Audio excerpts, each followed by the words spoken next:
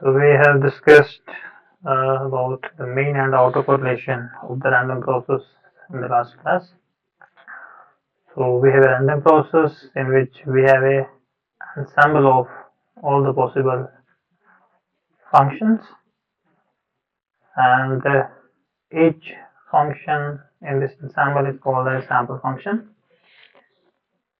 And then we have seen how you can find the mean of this random process, which is a function of time, and autocorrelation of the random process, which is defined as the correlation between two random variables which corresponds to time at t1 and t2. And then we have also discussed how you can compute these statistical this mean and autocorrelation using ensemble averages. Okay. Now we classify the random process generally into two categories. One we call as the stationary and one is called as non-stationary random process. Okay. So a random process is said to be stationary if its statistical characteristics do not change with time. Okay. That is what is called as a stationary random process. Okay. Or you can say in other sense that if the ensemble averages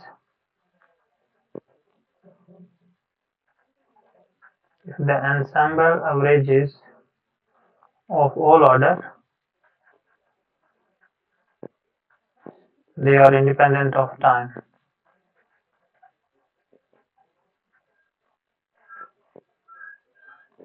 Such a random process is called as stationary process.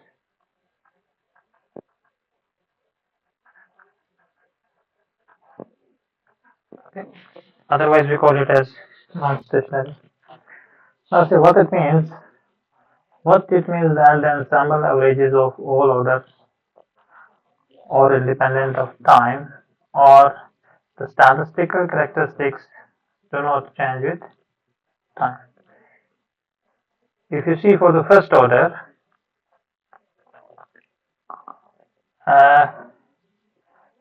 the PDF, the single PDF of a random variable that dictates the first order moment, which is generally the mean of the random variable.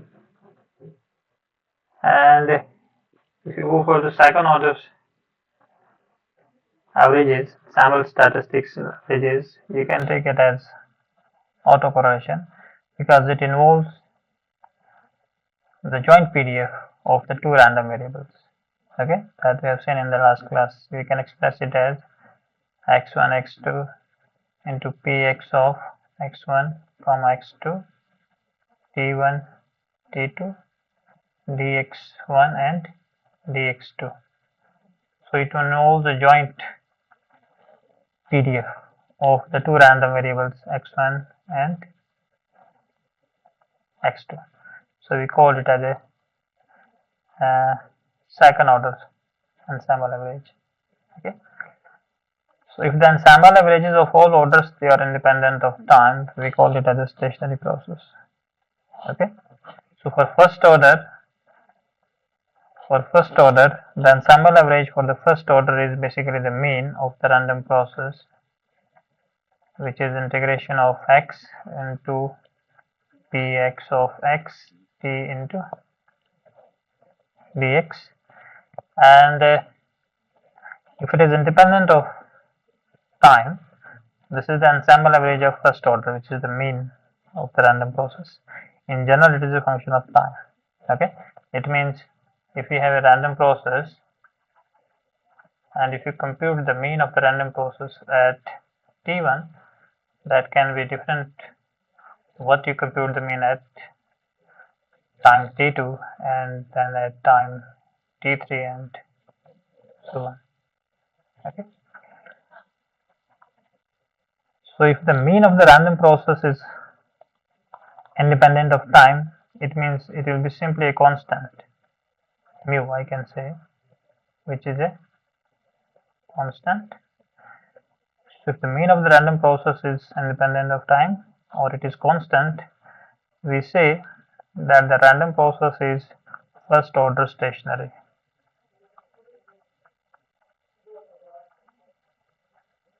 First order stationary. Okay. So if the mean of the random process is independent of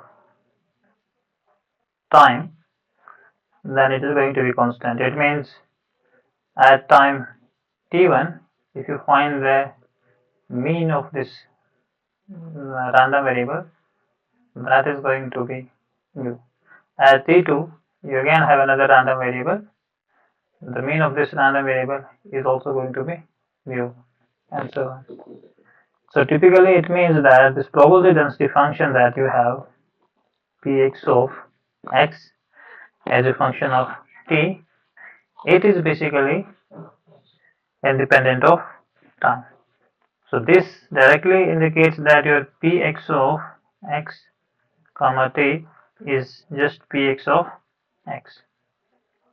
Because if this is independent of time, definitely the mean is going to be independent of time. It means at this time I have random variable x1, at this time I have random variable x2, then x3, and so on. So for this random variable, if I find its PDF, that is pxt1, at this time we have another random variable with a PDF pxt2, and so on. Okay, and if this PDF is independent of time, that means we just take any random time and you compute its PDF. That PDF will be same for all the times. Okay, so that is it is independent of time. Then your mean of the random process is going to be a constant, which is independent of the PDF of the random variable. Okay, this is what is first order stationarity. And if a random process is stationary in the strict sense, then the ensemble averages of all orders, they are independent of time. Okay, like for the second order, we define like the correlation Rx t1 comma t2, which is the ensemble of x1 multiplied with the expectation of x1 multiplied with x2. So you take x1 one random variable, you take x2 another random variable, you multiply them, and then you take their average. Okay, and that typically depends upon the joint PDF of the two random variables. Okay, and if it is independent of time, then it simply means that it does not depend where t1 and t2 they are located in time, but it only depends on the difference between t2 and t1. That means how apart is this time interval, or in that case I can simply write it as this autocorrelation will be a function of t2 minus t1. The exact values of t1 and t2 they doesn't matter. Okay, so the difference between t2 and t1, that is important. And if that is the case, then definitely the joint PDF of two random variables x1 and x2, which are separated by a time interval t2 minus t1, that will be constant. Okay, it means if you fix this t2 minus t1, it's constant, then it does not depend where t1 and t2 exactly are located. Okay, so it can be here also. Suppose I take one random variable here and one random variable here, and this difference is also same. What is t2 minus t1?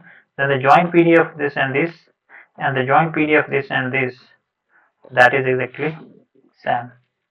If that is the case, then this function, the autocorrelation function, will no longer depend upon t1 and t2, rather it will depend upon the difference between t2 and t1.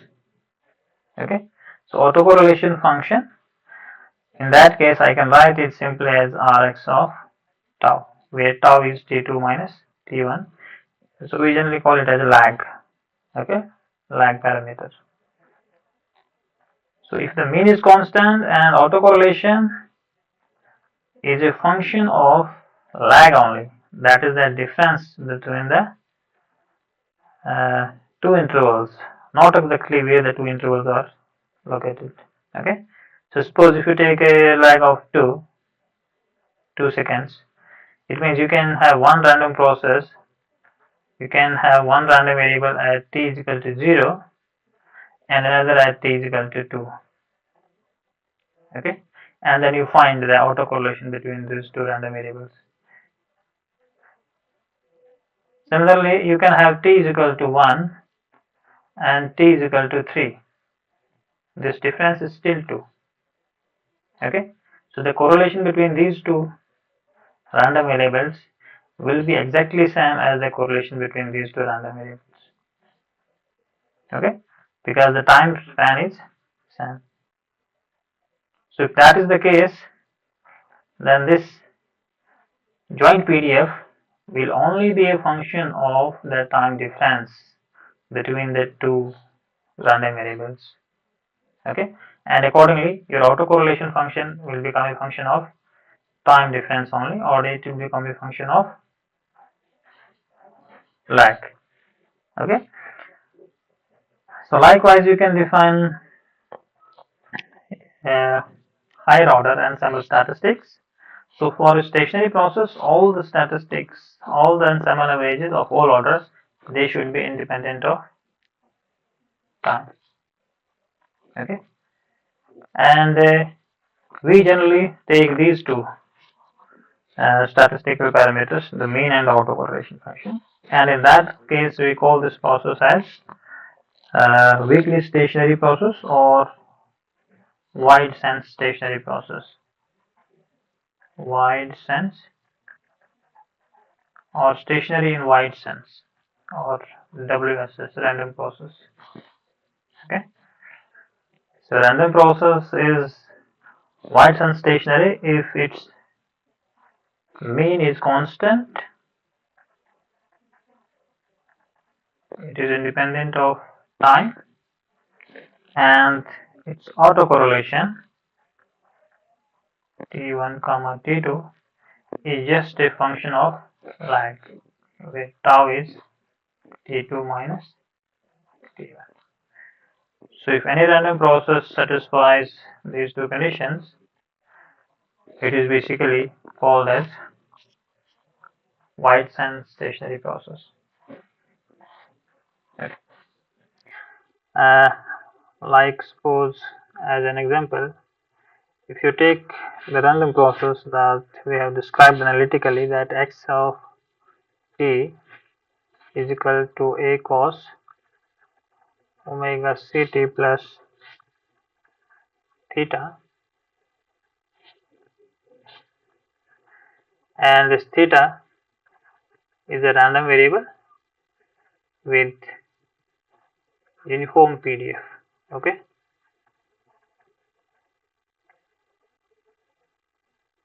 between 0 and 2 pi, 1 by 2 pi. Okay, so it means for the sinusoidal signal I am keeping the amplitude and the frequency constant, but I am varying the phase. Okay, and because of this phase variation, which can have any value between 0 and 2 pi, so this capital theta is itself is a random variable with a probability density function which is given by this. Okay, and you can now by changing this theta, you can have different sample functions. Okay, so like suppose if I take this point as t is equal to 0, so you can have one function like this, you can have another function like this, maybe, and so on. they are generated from this equation by changing the phase. It can have any value between 0 and 2 pi. So like this is for phase is equal to 0, you get just a cos omega ct. So all the signals in the ensemble, they have the same amplitude and they have the same frequency, but their phase shifts they are different. Okay. So this is a random process. Right? If I try to find its mean, the mean of this random process will be a cos omega ct plus theta, mean of this, and since a is a constant, you can take it outside the expectation value. And we have already discussed in the random variables that this is basically a function of another random variable. Okay, because if I take this theta as a random variable, then a cos omega ct plus theta is a function of theta. Okay, and while finding the mean of the random variable, we have used that equation that if I say okay, y is equal to g of x, x is a random variable and y is a function of random variable, then the mean of y is given by g of x into p of x into dx. So here I am taking theta as a random variable, the capital theta, and then xt.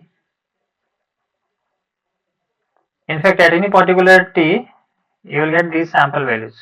Okay.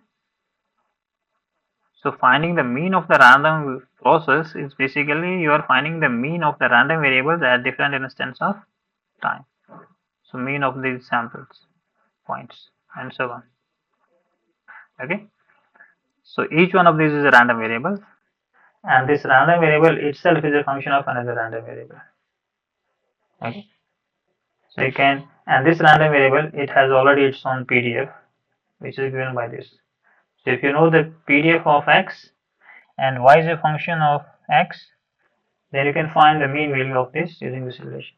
So I can use the same concept, and it will become a into, because this goes only from 0 to 2 pi, you have integration from 0 to 2 pi a cos of omega ct plus theta into p theta d theta, and this will become 1 by 2 pi. So it will become, you can say it is a divided by 2 pi integral of 0 to 2 pi a cos omega ct plus theta into d theta. So this a I have taken outside the integration. Okay. So what you get here is 0, because it is a cosine function, and if you integrate it over one period from 0 to 2 pi, the area under the cosine function for one period is 0.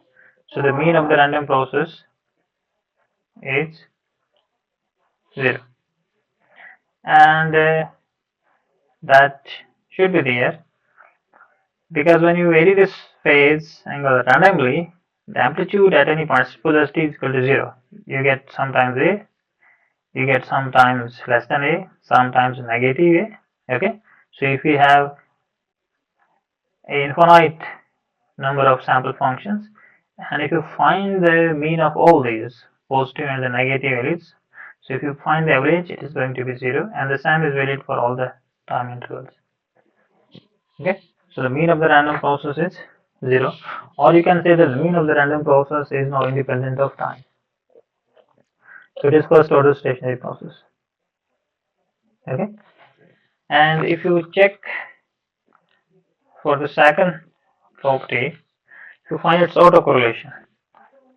Okay, you have xt is equal to a cos omega ct plus theta, and if you find its autocorrelation, or x t1 comma t2. So what typically I'm finding is that I have now different these sinusoidal functions. They have different amplitudes. They have the same amplitude and same frequency, but they have different phases. Okay. So I take a random variable at t1, which I called x1, and then another random variable at t2, which is x of 2. So I'm trying to find a correlation between these two. Okay, that is what is the autocorrelation, and that will become simply x1, x2 mean value. Okay, and x1 is the random variable which is obtained from this random process at time t1, and x2 is another random variable which is obtained from the random process at time t2. So we are finding their correlation. That is what is called as autocorrelation. So I can say x1 will become, when you put here t as t1, so it becomes a cos omega c t1 plus theta multiplied with a cos omega c t2 plus theta, and the mean of this. Okay, and that will become a square, which you can take outside the integration. You get cos of this multiplied with cos of this, so you can use 2 cos a cos b, which is cos a plus b plus cos a minus b by 2. So you can take it as a square by 2. What is left inside is, when you find the difference between these two, you will get, that is cos of a minus b or b minus a. This theta will get cancelled. You will get cos of omega c into t2 minus t1, the difference term, plus when you find the sum term, you will get cos of omega c t1 plus theta plus omega c t2 plus theta. So you get omega c t1 plus t2 plus 2 times theta, and of course the mean of this. Okay, and if you look at the first term, it is no more a random variable because omega c is constant, t2 and t1 both are constants. You are taking specific time, so t2 minus t1 is also constant. Ultimately this is a constant, and the mean of this is the same. So you get it as a square by 2 into cos omega c t2 minus t1, and the second function, it is a function of the random variable theta. Okay, so when you find its mean value, again you have to integrate it from 0 to 2 pi, and the integration of cosine for one period is again 0. So the second term will reduce to 0. So you get this a square by 2 into cos of omega c into tau. I can say where tau is t2 minus t1. So in this you can see that the autocorrelation function at time t1 and t2 between two random variables which are observed at t1 and t2 is totally dependent on the time difference between the two, the difference between the two times, or it is only dependent on this interval, not exactly where the intervals are located. Okay, so it can be 0 and tau, it can be tau and 2 tau, anything. Okay, so it means for this random process, so if you have one observation of the random variable at t is equal to 0 and another at suppose t is equal to 1, and you find the autocorrelation of this, that will be same as if you find the autocorrelation of two random variables observed at t is equal to 3 and t is equal to 4. This is what is basically stationary process. So I can say that for this process, the mean is constant. In fact, it is 0 and it is independent of time. And the autocorrelation is just a function of the lag. Okay. So this process, I can say it is a stationary process. Okay.